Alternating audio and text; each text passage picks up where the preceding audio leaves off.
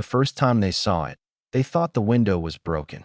From a distance, the frame looked covered by a thin grid that caught the afternoon light.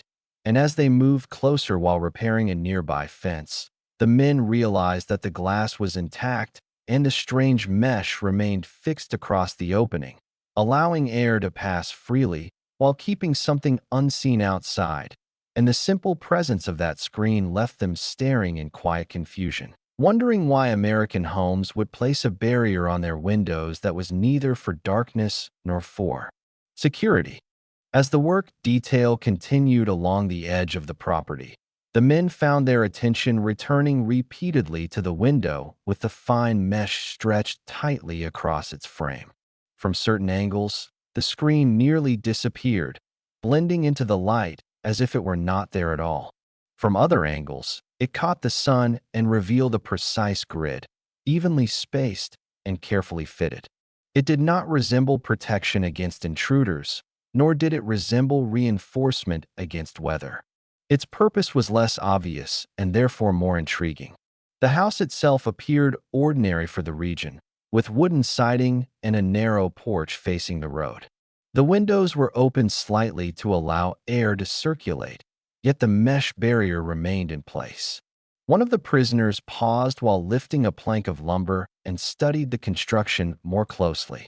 The screen seemed deliberately designed to permit airflow while preventing something small from entering. That realization shifted their curiosity from confusion toward analysis. In their previous experience, windows had served clear purposes. They were opened for ventilation and closed firmly against cold or danger. In wartime Europe, glass often remained shut and covered to prevent light from escaping. Screens had not been common in many of the towns they had known. The concept of leaving a window open without inviting insects inside felt unfamiliar. Their escort noticed their distraction and explained calmly that the mesh was intended to keep flies and mosquitoes from entering the house during warmer months. The explanation was simple, almost mundane, yet it carried implications about daily life that the prisoners had not considered. It suggested a climate where open windows were routine and where managing insects required consistent, practical solutions. As they resumed their assigned task, the men began observing other houses along the road. Many of them featured similar screens, fitted snugly into frames that appeared standardized rather than improvised. The repetition indicated that this was not an isolated feature, but part of broader domestic design. Screens were integrated into construction, not added as temporary measures. The prisoners reflected quietly on how climate influences architecture. In regions with colder seasons and fewer persistent insects, such structures might seem unnecessary. Here, the environment demanded adaptation in subtle ways. Open air was valued, yet unwanted intrusions were minimized through engineering rather than avoidance. One of the younger men remarked softly that the mesh barrier represented a form of control different from heavy shutters or reinforced locks. It did not defend against human threat, it moderated nature. That distinction carried weight. While they themselves lived behind visible barriers designed to restrict movement, these households used nearly invisible barriers to refine comfort. As the afternoon progressed, a breeze moved gently through the open windows, and the screen allowed air to pass freely. Curtains inside the house stirred slightly, visible through the fine grid. The design appeared efficient without being oppressive. It maintained connection to the outdoors while limiting inconvenience. When the detail concluded its work and prepared to return to camp, several prisoners cast one final glance at the screened windows. What had initially appeared strange now seemed logical within context. It represented adaptation to environment rather than reaction to fear. Back inside the camp boundary, the familiar sight of barbed wire contrasted sharply with the delicate mesh they had just observed. The fence surrounding them was heavy and unmistakable, intended to confine. The window screen, by contrast, was subtle, almost invisible, serving to improve daily life rather than restrict it. Lying in their bunks that evening, The men considered how something so small could reveal broader differences in routine and expectation. The presence of screens suggested that American households assumed windows would remain open frequently, welcoming fresh air rather than sealing themselves away. It implied stability and normalcy, where concerns focused on insects rather than intrusion. In that quiet reflection, they recognized that cultural differences often reveal themselves not in grand gestures, but in practical details. The thin grid across the window frame had first appeared puzzling. Now it stood as evidence of how geography, climate, and habit shape domestic life in ways that outsiders may not immediately understand. On the following day, the work detail was assigned to clear brush along a narrow irrigation channel that bordered several modest homes. And once again, the prisoners noticed the same fine mesh fitted across nearly every open window they passed. The repetition confirmed that what they had first assumed to be an isolated feature was instead a common part of domestic architecture. Screens appeared uniform in size and shape, secured neatly within frames that looked permanent rather than improvised. As they cut back overgrown branches and gathered fallen limbs, the men observed how freely the residents kept their windows open despite the warmth of the afternoon. Air circulated steadily through the rooms, curtains shifting gently behind the mesh barrier. The design seemed intended to encourage ventilation while minimizing inconvenience. The subtlety of the solution impressed them more with each passing hour. In the regions they had known, windows often remained closed for long stretches of the year due to colder climates or urban pollution. Insects were managed through other means, and screens had not been integrated into most homes. The American approach suggested a different relationship with climate, one that prioritized open air as routine rather than exception. Their escort offered further explanation when one of the men asked about the material. He described how screens were installed seasonally in some areas and left in place year-round in others, depending on temperature and insect activity. The description was matter-of-fact, yet it underscored how predictable such concerns were in daily life here. Managing mosquitoes was not an emergency measure. It was an expected part of summer. The prisoners began to see how this small architectural detail reflected broader stability. In a community not shaped by nightly alarms or shortages, attention could focus on comfort and practicality. Screens did not signal fear. They signaled refinement of ordinary living conditions. As they worked along the channel, they noticed children playing inside a nearby house, visible through the mesh as they moved across the room. The barrier did not obscure vision significantly. It simply filtered the space between interior and exterior. That transparency intrigued them. It suggested connection rather than separation. One of the men quietly compared the screen to the barbed wire surrounding the camp. Both were grids. Both created boundaries. Yet their purposes could not have been more different. One confined human movement. The other allowed airflow while preventing small disturbances. The contrast sharpened their awareness of how similar structures can serve entirely different intentions. During a brief pause in their labor, they examined a detached screen leaning against a shed. The frame was lightweight yet sturdy, designed for ease of removal if necessary. Its construction reflected planning rather than improvisation. This was not a temporary fix. It was integrated into how homes were built and maintained. As the afternoon waned and shadows lengthened, the breeze intensified slightly, passing through the screened windows without obstruction. The homes appeared comfortable and functional, protected not from threat, but from nuisance. The distinction mattered. When the detail concluded and they returned toward the camp, the prisoners carried with them a clearer understanding of what they had seen. The screens no longer seemed strange. They represented adaptation to environment and habit, evidence of a society accustomed to solving small problems quietly and efficiently. Inside the camp perimeter, the fences remained stark and unmistakable. Their purpose was clear and unambiguous.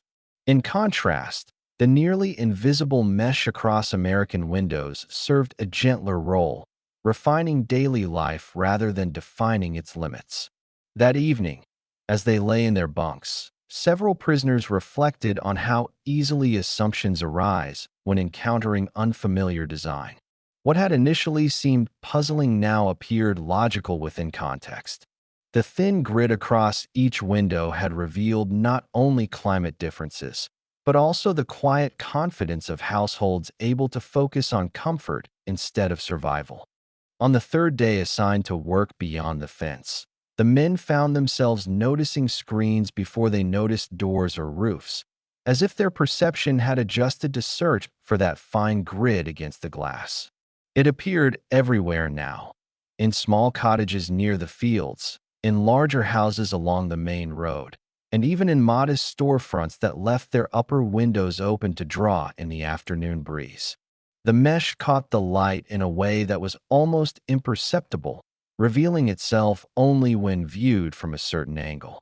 While repairing a section of wooden railing near a farmhouse, one of the prisoners paused and watched as a woman inside the house opened a window fully, leaving the screen in place while adjusting a vase on the sill. The air moved freely through the room, yet no insects followed. The action was casual, unremarkable to her, but it carried significance for the observers outside. It demonstrated how ordinary this arrangement was. The men began to consider how much daily behavior depends on environmental expectation.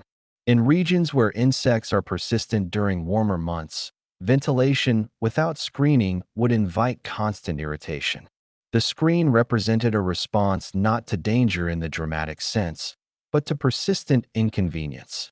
It was an answer to climate rather than conflict. One of the older prisoners remarked quietly that adaptation often reveals more about a society than grand declarations. The presence of screens indicated that homes were designed with seasonal patterns in mind. People anticipated warm evenings, open windows, and steady airflow. The mesh allowed them to maintain connection to the outdoors without sacrificing comfort. Their escort, overhearing part of the conversation, added that in many southern and midwestern regions, screened porches were common as well, allowing families to sit outside at night without being disturbed. The idea of extending living space through screen barriers intrigued the men. It suggested that domestic life could remain open and accessible even after sunset. As they continued their assigned repairs, the prisoners noticed how seamlessly the screens blended into architecture. Frames were painted to match window trim, creating a unified appearance. The design was intentional, not improvised. It reflected planning embedded into construction standards. The contrast with their own confinement remained present in their minds. The fence around the camp was impossible to ignore, heavy and unmistakable in its purpose. The window screen, by contrast, was nearly invisible from a distance, performing its function without announcing itself. Both structures marked boundaries, yet one limited freedom while the other enhanced comfort.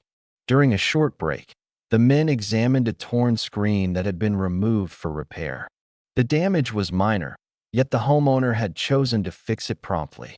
That detail underscored how valued the barrier was. Its absence would invite discomfort, not danger, but discomfort was sufficient reason for maintenance. As the afternoon waned, a steady breeze moved through the open windows of nearby houses, carrying faint sounds of conversation and kitchen activity. The mesh filtered the space between inside and outside, allowing life to flow naturally while keeping disturbance minimal. The design seemed both practical and thoughtful.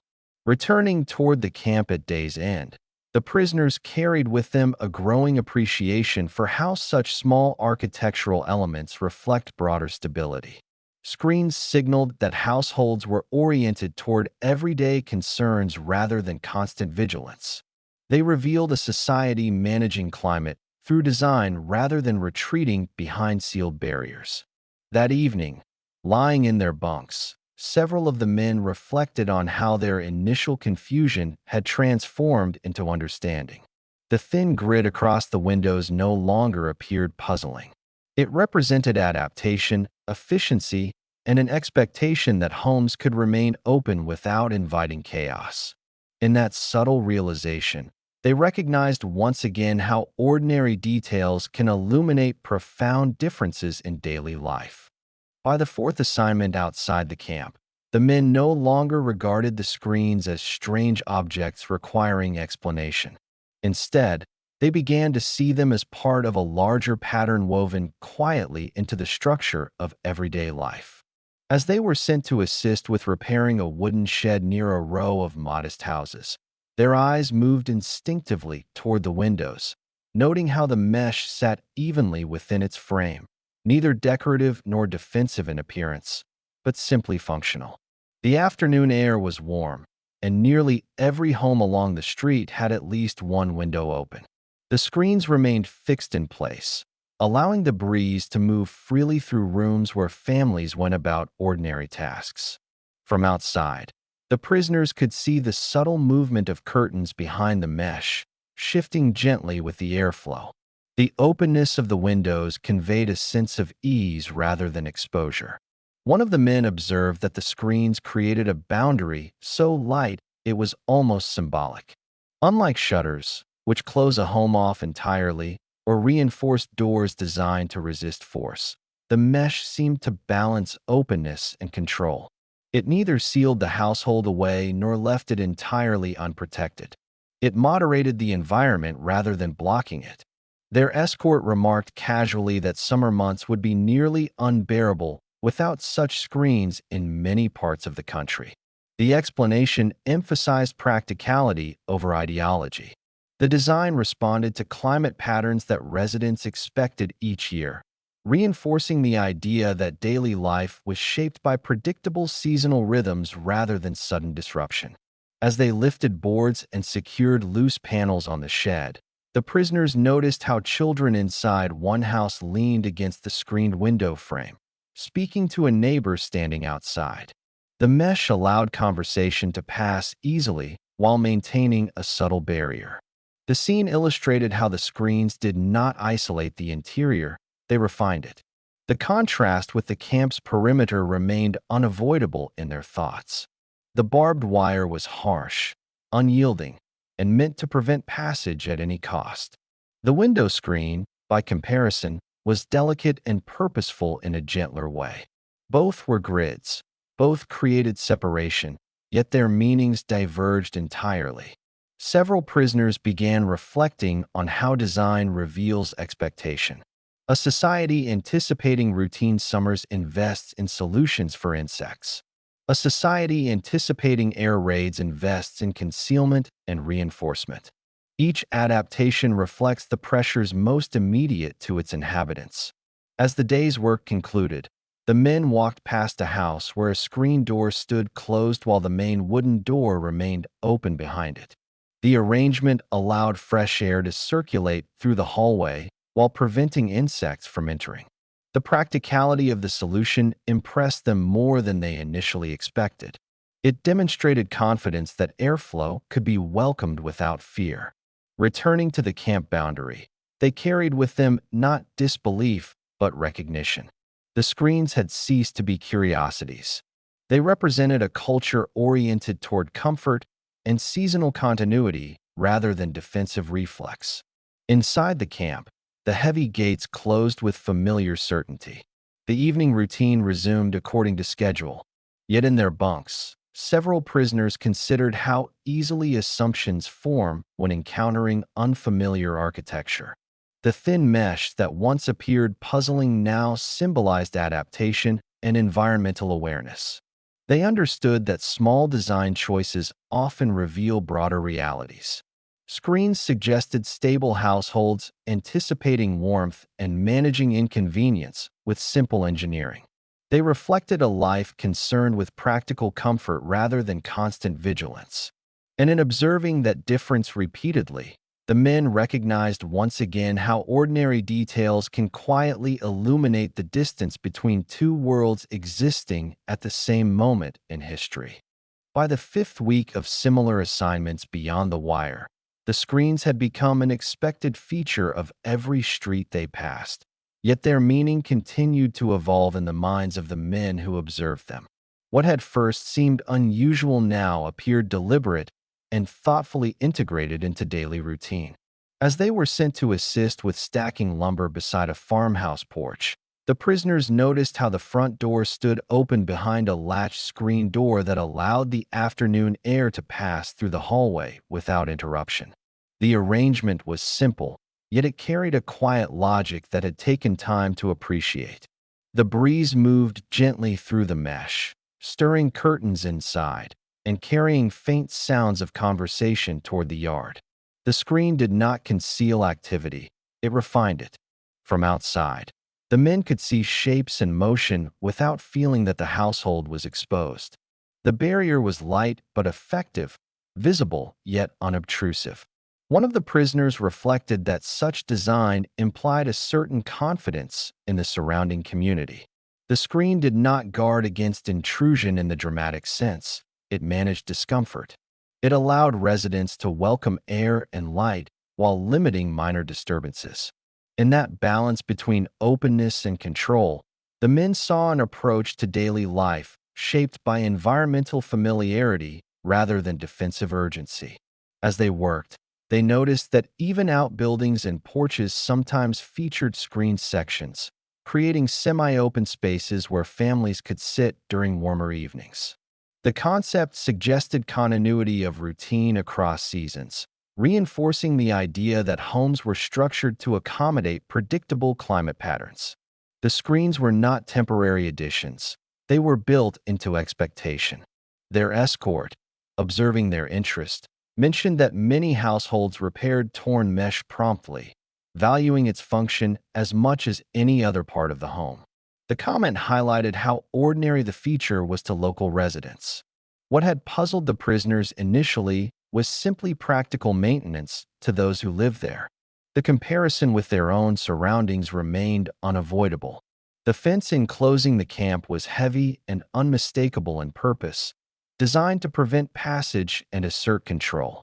The window screen, though also a grid, existed for entirely different reasons.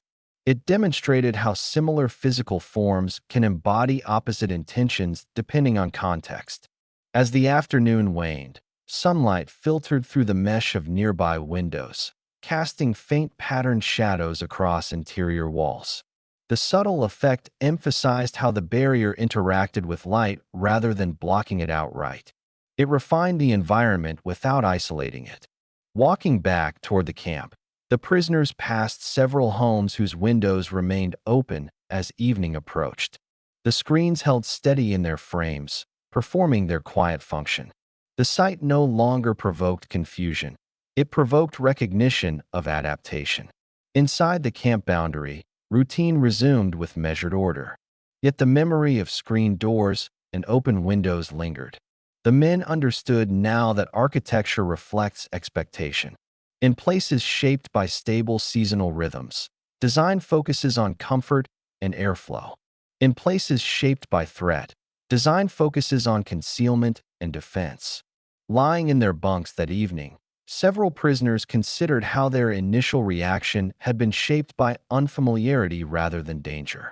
The thin mesh that once seemed odd now appeared practical and almost elegant in its simplicity. It revealed how environment, climate, and habit influenced the smallest details of domestic life. The screens did not represent freedom in a grand sense, nor did they diminish the reality of confinement. Yet they illuminated a quiet difference in daily priorities. While the camp fence defined boundaries through force, the window screen defined them through balance. And in that distinction, the men recognized once more how ordinary objects can reveal the subtle ways societies adapt to the worlds they inhabit.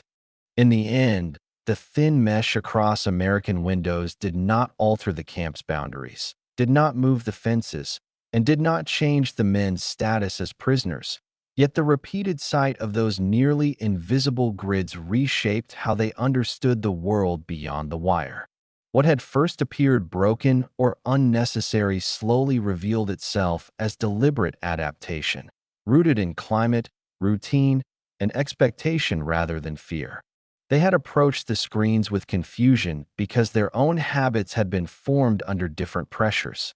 In places shaped by air raids and enforced darkness, barriers were heavy and unmistakable. Windows were sealed to conceal light. Doors were reinforced to resist intrusion. Here, by contrast, the barrier was light and precise, designed not to block the world but to refine it. Through repetition, observation replaced disbelief. The mesh did not guard against armies or enforce silence. It managed insects and airflow. It allowed homes to remain open without inviting discomfort. That distinction mattered. It revealed how environment influences architecture and how architecture reflects daily priorities. Inside the camp, the fence remained harsh and unambiguous in purpose. Beyond it, screens formed subtler boundaries, balancing openness with practicality. Both were grids, yet their meanings diverged entirely. One signified confinement. The other signified adaptation. Over time, the prisoners understood that the screens were not symbols of luxury or excess. They were evidence of stability, of a society able to focus on seasonal rhythms and domestic comfort rather than immediate survival. The war existed, but its presence did not dictate every detail of construction or routine in this inland town. Years later, some might remember not only the camp's heavy gates, but also the quiet image of a window left open behind a delicate mesh, air moving freely through a room while life continued inside without urgency. That small architectural detail carried weight because it exposed how differently two worlds could function at the same moment in history. The fences still stood. The gates still closed each evening.